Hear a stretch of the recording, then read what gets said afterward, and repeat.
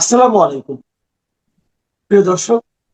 অন্য মঞ্চের আলোচনায় আজ আমাদের সঙ্গে রয়েছেন 28শে ফেব্রুয়ারি সকালে ইসরায়েল আমেরিকার বিমান বাহিনী তেহরানে যৌথ আক্রমণ করে যে যুদ্ধ শুরু করেছিল আজ তা 10ম দিনে পড়ল। এরই মধ্যে যুদ্ধের একটা বড় বিষয় তৈরি হয়েছে। বিষয়টি হচ্ছে পাকিস্তানের প্রবেশ, দর্শক হিসেবে নয়, অন্যতম পক্ষ হিসেবে। কোন পক্ষে পাকিস্তান?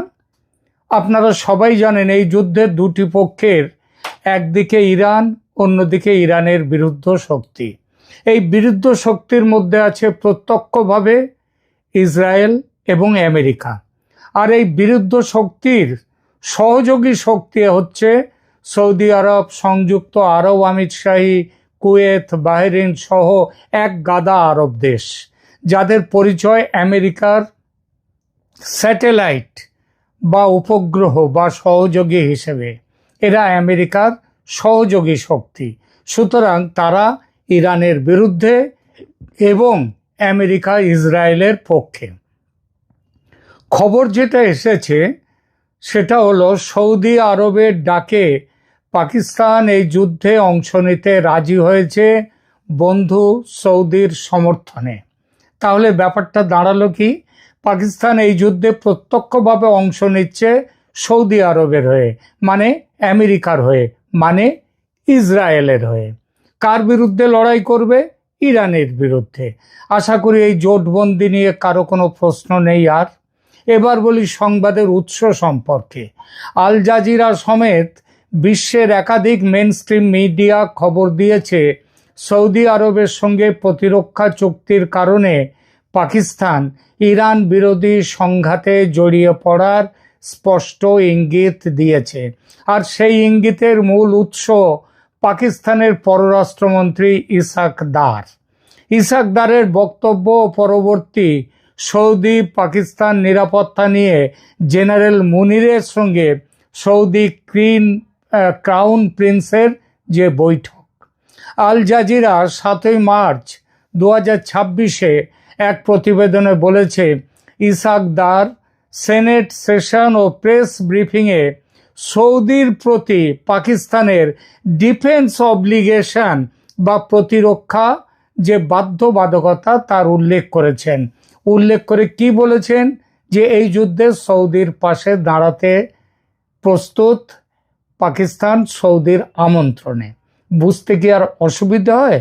তাহলে আগে নিয়ে যাই অন্য কথা। ইরানের বিরুদ্ধে সম্ভাব্য আঞ্চলিক যুদ্ধে সৌদি আরবের চাপে পাকিস্তানের সম্পৃক্ততা সমালোচকদের চোখে মুসলিম বিশ্বের প্রতি এক ধরনের বিশ্বাসঘাতকতা, আর একই সঙ্গে এটা দেখিয়ে দেয় ট্রাম্প যতই বলুন ইরানের কোমর ভেঙে দিয়েছেন তিনি, এই কোমর ভেঙে দেওয়ার বুলি যতই আওড়ান না কেন তিনি, যুদ্ধক্ষেত্রে তার অবস্থান ততটা সুবিধাজনক নয়। নইলে ওয়াশিংটনের মিত্রদের মানে পাকিস্তানের মতো বাহ্যিক সহায়তার প্রয়োজন হতো না। অর্থাৎ ওয়াশিংটন নিজে সব দেখতে পারত, তা পাচ্ছে না, আর পাচ্ছে না বলেই পাকিস্তানকে ডাকার দরকার হয়েছে। বন্ধুরা, আজকের আলোচনায় আমরা এই বিষয়টি নিয়ে কথা বলবো, যা শুধু মধ্যপ্রাচ্যের রাজনীতিকে নাড়িয়ে দিতে পারে না, বরং পুরো মুসলিম বিশ্বের ভেতরকার বিভাজন, সৌদি পাকিস্তান সম্পর্ক, আমেরিকার কৌশলগত অবস্থান এবং ট্রাম্পের তথাকথিত শক্তিশালী বৈদেশিক নীতির বাস্তবতাকেও নতুন করে প্রশ্নের মুখে দাঁড় করিয়ে দিয়েছে। পাকিস্তান এখনো সরাসরি যুদ্ধে সেনা পাঠিয়েছে, অস্ত্র পাঠিয়েছে এমন নয়, তবে তারা ডাক পেয়েছে ও সেই ডাকে সাড়া দিতে রাজি হয়েছে। সুতরাং দুদিন 4 দিনের মধ্যেই তারা পৌঁছে যাবে। এখন প্রশ্নটা হচ্ছে, যদি সত্যি পাকিস্তান ইরানের বিরুদ্ধে মধ্যপ্রাচ্যের কোনো সংঘাতে সরাসরি বা পরোক্ষভাবে জড়িয়ে পড়ে, তাহলে তার অর্থ কী? এটা কি শুধু একটি সামরিক সিদ্ধান্ত, নাকি এর ভেতরে আছে বড় ধরনের কূটনৈতিক চাপ, অর্থনৈতিক নির্ভরতা, আঞ্চলিক ভোটের রাজনীতি এবং মুসলিম বিশ্বে নেতৃত্বের লড়াই? আমার মতে এই বিষয়টিকে শুধু পাকিস্তান বনাম ইরান হিসেবে দেখলে ভুল হবে। এটি আসলে তিনটি স্তরে বোঝার বিষয়। প্রথমত, সৌদি আরব পাকিস্তানকে কেন ব্যবহার করতে চাইতে পারে? দ্বিতীয়ত, পাকিস্তান কেন এমন একটা ঝুঁকির পথে হাঁটতে চলল? আর তৃতীয়ত, এই পুরো ঘটনাটা কিভাবে ট্রাম্পের যুদ্ধনীতি ও কূটনৈতিক যে শক্তি যার কথা বলছেন ট্রাম্প, তার সীমাবদ্ধতাকে কিভাবে সামনে এনে দিল, উলঙ্গ করে দিল। প্রথমে পাকিস্তানের বিষয়টা দেখি। পাকিস্তান বহু বছর ধরেই সৌদি আরবের সঙ্গে ঘনিষ্ঠ প্রতিরক্ষা, অর্থনৈতিক ও রাজনৈতিক সম্পর্ক বজায় রেখেছে। এর উপরে আবার 2025 সালে নতুন করে প্রতিরক্ষা চুক্তিও করেছে। সৌদি আরব শুধু একটি মিত্র রাষ্ট্র নয়, অনেক সময় পাকিস্তানকে আর্থিক সংকট থেকে, মানে ভিখারি পাকিস্তানকে ভিক্ষে দেওয়ার ব্যাপারে সবার আগে সম্পদ নিয়ে এসছে সৌদি আরব। সৌদি আরব পাকিস্তানের বড় তেল সরবরাহকারী এবং কৌশলগত পৃষ্ঠপোষক। এক কথায়, ইসলামাবাদ ও রিয়াদের সম্পর্ক কেবল আনুষ্ঠানিক বন্ধুত্বের নয়, এটি স্বার্থ, নিরাপত্তা, অর্থনীতি এবং প্রভাবের সমন্বয়ে গড়ে ওঠা একটা পুরনো জোট। এখানেই আছে সবচেয়ে গুরুত্বপূর্ণ প্রশ্ন, এই সম্পর্ক কি পাকিস্তানকে এমন জায়গায় ঠেলে দিতে পারে যা তাকে মুসলিম বিশ্বের আরেকটি শক্তিশালী রাষ্ট্র অর্থাৎ ইরানের বিরুদ্ধে অবস্থান নিতে বাধ্য করে? সমালোচকদের বক্তব্য হচ্ছে, যদি পাকিস্তান সত্যি সৌদি আরবের চাহিদা মেনে ইরান বিরুদ্ধে যুদ্ধে যোগ দেয়, তাহলে সেটা সেই মুসলিম উম্মার ঐক্যের ভাষণের সঙ্গে সরাসরি সাংঘর্ষিক। কারণ দীর্ঘদিন ধরে পাকিস্তান নিজেকে জনসমক্ষে বলেছে যে সে হলো একটি মুসলিম শক্তি, একটি আদর্শের রাষ্ট্র এবং মুসলিম বিশ্বের স্বার্থ রক্ষা করে পাকিস্তান বিশ্বের একমাত্র পরমাণু শক্তিধর দেশ। কিন্তু সেই পাকিস্তান যদি আর এক মুসলিম রাষ্ট্রের বিরুদ্ধে, বিশেষ করে যে রাষ্ট্র বাইরের শক্তি আমেরিকার ভূ রাজনৈতিক খেলার অংশ, তার বিরোধিতা করছে এবং সেই আমেরিকার একজন সঙ্গী সৌদি আরব, সেই সৌদি আরবের সমর্থকের ভূমিকা যদি পাকিস্তান নেয়, তাহলে সমালোচকরা বলবেন যে এটা অবশ্যই বিশ্বাসঘাতকতা। এখানে বলবেন আন্তর্জাতিক রাজনীতিতে বিশ্বাস বলে কিছু নেই, বন্ধুত্ব বলে কিছু নেই, আছে শুধু স্বার্থ।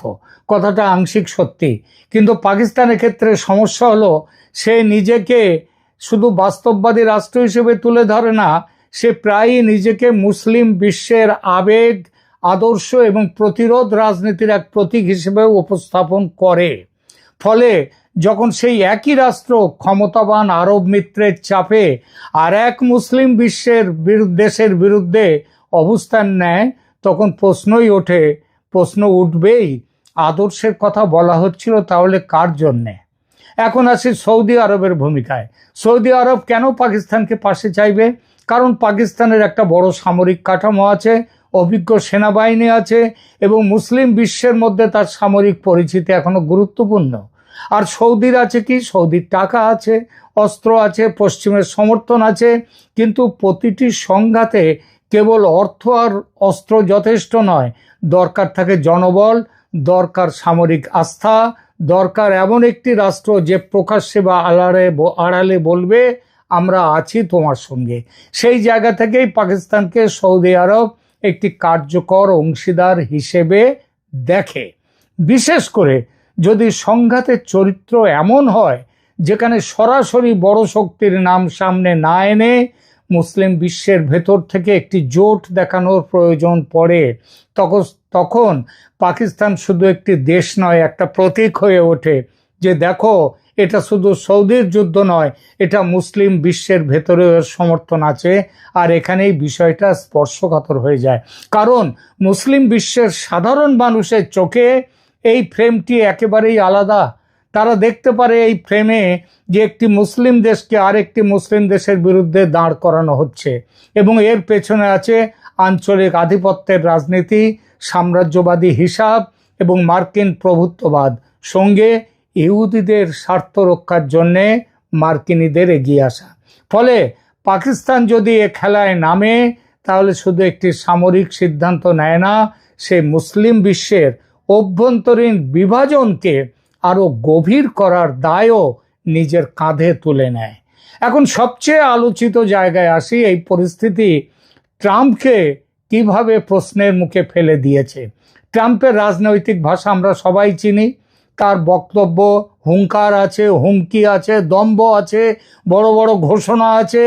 তিনি এমন এক নিজের ছবি আঁকতে পছন্দ করেন যেখানে মনে হয় আমেরিকা এবং তিনি একাই সব কিছু নিয়ন্ত্রণ করতে পারেন, প্রতিপক্ষকে কোণঠাসা করতে পারে এবং চাইলে দ্রুত, যত দ্রুত সম্ভব ফল বের করে আনতে পারে। কিন্তু বাস্তব যুদ্ধ, বাস্তব কূটনীতি আর বাস্তব জোট রাজনীতি মঞ্চের ভাষণের মতো সরল নয়। যদি সত্যি এমন অবস্থা তৈরি হয় যে আমেরিকা তার ঘনিষ্ঠ আঞ্চলিক অংশীদারদের পাকিস্তানের মতো বাইরের সামরিক সমর্থন চাইতে বলে, তাহলে সেটা এক ধরনের সংকেত দেয়। সেই সংকেত হলো আমেরিকার পরিস্থিতি ভালো নয়, মাঠের পরিস্থিতি ততটা সহজ নয়, প্রতিপক্ষকে যতটা দুর্বল ভাবা গিয়েছিল ততটা দুর্বল তারা নয়, এবং নিজেদের শক্তি সম্পর্কে যে দম্ভ তাদের আছে সেই দম্ভটাও বাস্তবে প্রমাণিত নয়। অর্থাৎ বাইরে যত মুখে শক্তির বুলি শোনা যাক না, ভেতরে ততটাই কিন্তু খালি ব্যাপার। এবং এইখানেই পাকিস্তানকে দরকার পড়েছে। এক কথায় বললে, সত্যিকারের শক্তিধর পক্ষকে বারবার অন্যের কাঁধ খুঁজতে হয় না। যদি ট্রাম্প প্রশাসনের অবস্থান সত্যিই এত মজবুত হতো, যদি যুদ্ধক্ষেত্রে বা কূটনৈতিক ময়দানে তাদের কর্তৃত্ব এত নিরঙ্কুশ হতো, তাহলে পাকিস্তানের মতো রাষ্ট্রকে টেনে আনার দরকার হতো না। এই দরকারটাই দেখিয়ে দেয় যে ট্রাম্প তার যা শক্তি বলছেন আর বাস্তবে তার শক্তি যা প্রকাশ পাচ্ছে, দুটো এক জিনিস নয়। গত কয়েকদিন ধরে ইরান যেভাবে লড়ছে সেই ব্যাপারে প্রতিবেদন তৈরি করে আমি এই কথাটাই বলেছি। এখানে আরও একটা গুরুত্বপূর্ণ বিষয় আছে। আমেরিকা যখন কোনো সংঘাতে সরাসরি মুখ হয়ে উঠতে চায় না, তখন সে প্রায়ই আঞ্চলিক বন্ধুদের ঠেলে দেয় সামনে। এতে দুটো লাভ হয়। প্রথমত, সরাসরি দায় কিছুটা কমানো যায়। দ্বিতীয়ত, সংঘাতকে স্থানীয় সংঘাত বলে তাকে আলাদা করে দেওয়া যায়, যেন এটা বাইরের শক্তির আমেরিকার চাপ নয়। কিন্তু সমস্যা হলো, এইসব কৌশল মানুষ কিন্তু ধরেও ফেলে খুব তাড়াতাড়ি। মানুষ বুঝে যায় যে কেন পাকিস্তানকে ডাকা হচ্ছে, পাকিস্তান কেন আসছে, আর এইসব কে কাকে সাহায্য করবে। এ কারণেই পাকিস্তানের সম্ভাব্য সম্পৃক্ততা শুধু ইসলামাবাদের সিদ্ধান্ত নয়, এটা আমেরিকার সিদ্ধান্ত। এবং সেই আয়নায় যে ছবি দেখা যায় সেটা হলো, ট্রাম্প আদৌ শক্তিমান ভাবমূর্তি যেটা দেখাচ্ছে আদৌ তা নয়, বরং উল্টোটা দেখা যাচ্ছে। অতিরিক্ত উচ্চকণ্ঠ প্রশাসন, নিজের ক্ষমতা নিয়ে বড় বেশি বুকনি, অথচ অন্যকে ডাকতে হচ্ছে লড়বার জন্যে। পাকিস্তানের জন্য এই পথ মোটেই সহজ নয়, কারণ তার নিজের দেশেও এই প্রশ্নে বড় ধরনের বিরোধিতা তৈরি হতে পারে এবং শুরু হয়ে গেছে। পাকিস্তানের ভেতরে শিয়া জনগোষ্ঠী আছে।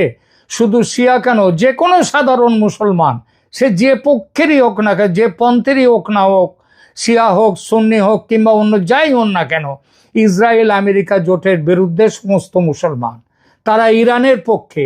এছাড়া ইরানের সঙ্গে পাকিস্তানের দীর্ঘ সীমান্ত আছে, বেলুচিস্তান প্রশ্ন আছে, আফগান ভূ রাজনীতির চাপ আছে। সবচেয়ে বড় কথা, ইরানের সঙ্গে সরাসরি বৈরিতা পাকিস্তানের অভ্যন্তরীণ নিরাপত্তাকে অস্থিতিশীল করতে পারে।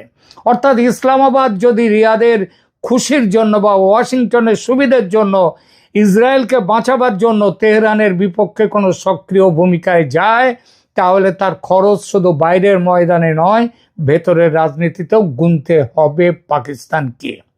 এই জায়গায় পাকিস্তানের সামনে এক ধরনের দ্বৈত সংকট তৈরি হয়েছে। একদিকে আমেরিকার সঙ্গে সম্পর্ক নষ্ট করার ঝুঁকি, অন্যদিকে ইরানের সঙ্গে উত্তেজনা বাড়ানোর ঝুঁকি। একদিকে আর্থিক ও কূটনৈতিক লাভ সৌদির সাথে, আমেরিকার সাথে, অন্যদিকে আদর্শিক অবস্থান ও আঞ্চলিক স্থিতিশীলতার শক্তি।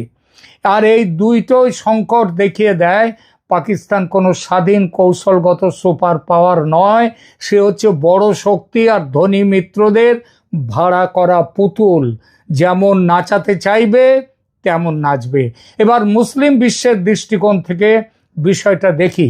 বহু সাধারণ মানুষ, বিশেষ করে যারা ফিলিস্তিন, ইরাক, সিরিয়া, লিবিয়া, ইয়েমেনের অভিজ্ঞতা দেখেছে, তারা এখন আর আমেরিকার ওই বহু ব্যবহৃত নিরাপত্তা দেব আমরা, স্থিতিশীল রাখবার জন্য যুদ্ধ দরকার, এসবগুলোকে বিশ্বাস করে না। তারা জানে এসব যুদ্ধের আড়ালে আছে আমেরিকার প্রভাব বিস্তারের লড়াই, সম্পদ ও রুট নিয়ন্ত্রণের হিসাব এবং রাজনৈতিক আনুগত্য তৈরি করার পরিকল্পনা। সেই অভিজ্ঞতার জায়গা থেকে দেখলে পাকিস্তানের এমন কোনো ভূমিকাকে দুনিয়ার কোনো মুসলমান তারা সমর্থন করবে না। তারা একে ঘৃণা করবে পাকিস্তানকে। কারণ মুসলিম বিশ্বের মানুষ এখন খুব স্পষ্টভাবে একটি প্রশ্ন করে, যখন মুসলিমদের ওপর আঘাত আসে তখন এত ঐক্যের ডাক কোথায় থাকে? আর যখন এক মুসলিম রাষ্ট্রের বিরুদ্ধে আর এক মুসলিম রাষ্ট্রকে দাঁড় করানোর দরকার হয়, তখন এত দ্রুত সামরিক জোট কিভাবে তৈরি হয়ে যায়?